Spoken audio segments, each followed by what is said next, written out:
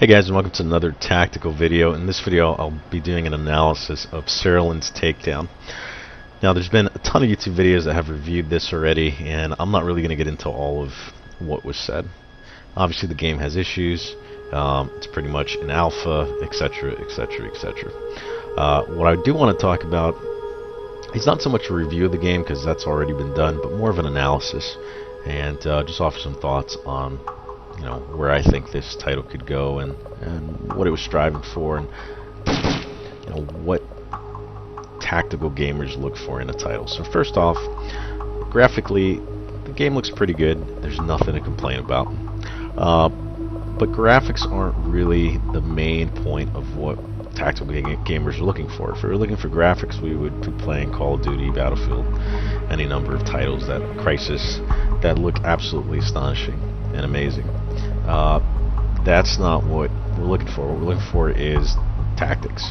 That's the whole definition of a tactical shooter. So, speaking of which, there's a reason why we continue to play Ghost Recon and Raven Shield and Rainbow Six Classic and SWAT 4 and SWAT 3, SWAT 4 as well, but SWAT 3 I think is better. And Brothers in Arms, Road to Hill 30, Brothers in Arms, Earned in Blood. There's a reason why we play those titles. And the reason is because they're realistic. And the main thing that's realistic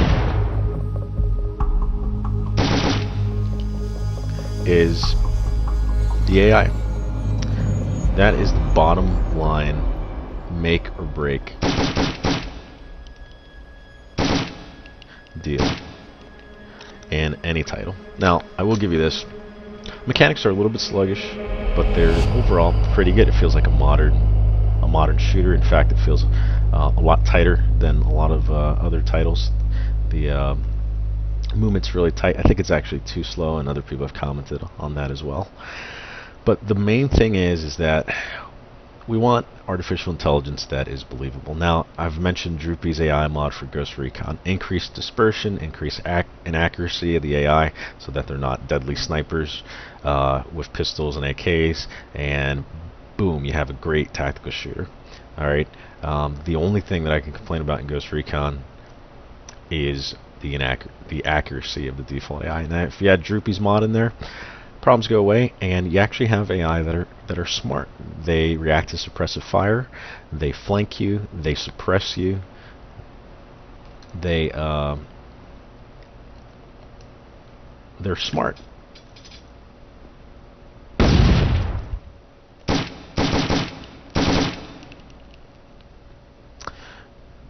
And Brothers in Arms, Road to Hill 30, as well as Earned in Blood, I think has some of the best AI that I've ever seen. It's a great kind of conventional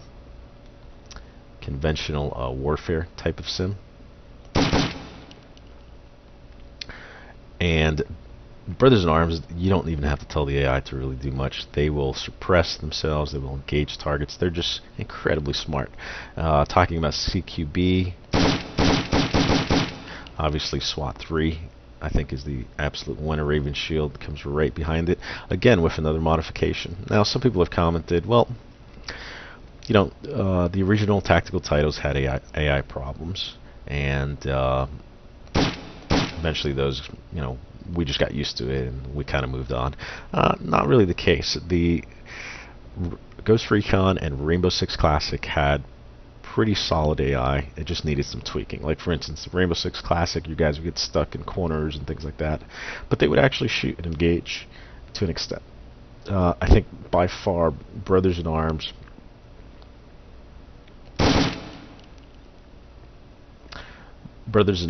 and depending on the round, most bullets can penetrate surfaces. Know your target and what's beyond it. demonstrate some of the best AI that I've ever seen. So I'm just going to go out into this room and just kind of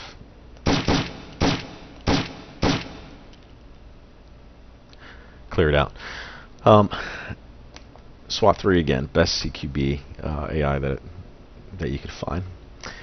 And Raven Shield, I just did a review on Malais's mod and that increased the basically went from full auto to single shot, and the AI are able to function really, really great. I think increase the stats slightly as well. So the bottom line to this video, there's not much. I'm not going to do a full review on Serellan's takedown, but what I will say is that the main ingredient, the absolute quintessential ingredient, the thing that separates a tactical shooter from others is not really graphics.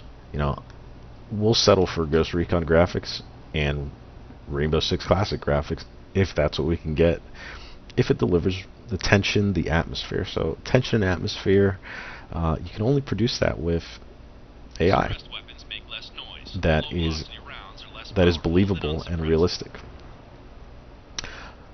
You have some great weapon models here. It's a little bit too much of a zoom.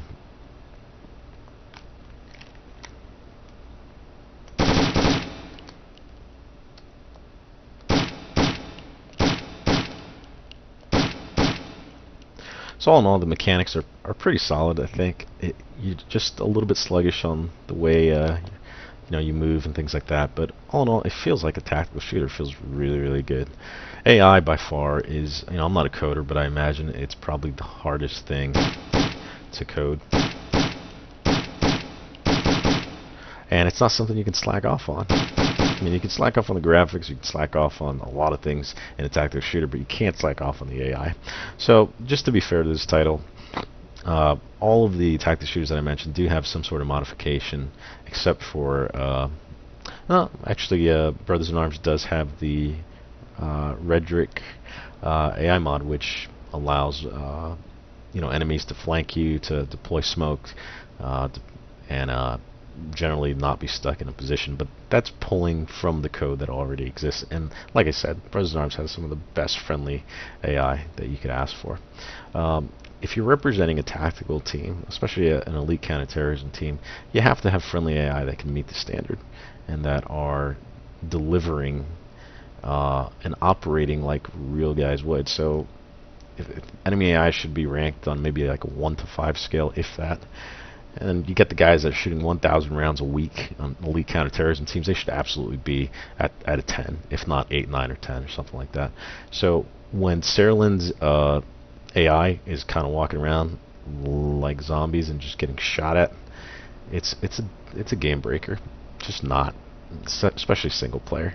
Multiplayer, you can kind of get away with it because you have the human players, but nonetheless, the enemy AI are kind of ridiculous. So if you guys fix that, you'll have a good title. And again, I don't mean to be critical about this. A lot of people have given you guys a lot of hate mail, I'm sure, and I'm sure your intentions were good to create something that is authentic and tactical. And when you say things like spiritual successor of Rainbow Six, you have to get the AI right. That's one thing that is non-negotiable. The other thing is, I don't mean to tell you how to do your job, but open it up to modding. A lot of the mod fixes and AI fixes that I've talked about that really enhance the gameplay of tactical shooters are mods. They're all mods made by the community. So, if the studio can't get it right, open it up for modification, and a lot of guys will dig in and do skins and do maps and do AI modifications that will really, really help. So that is my analysis of Takedown, and I hope you guys enjoyed it. Thanks for watching.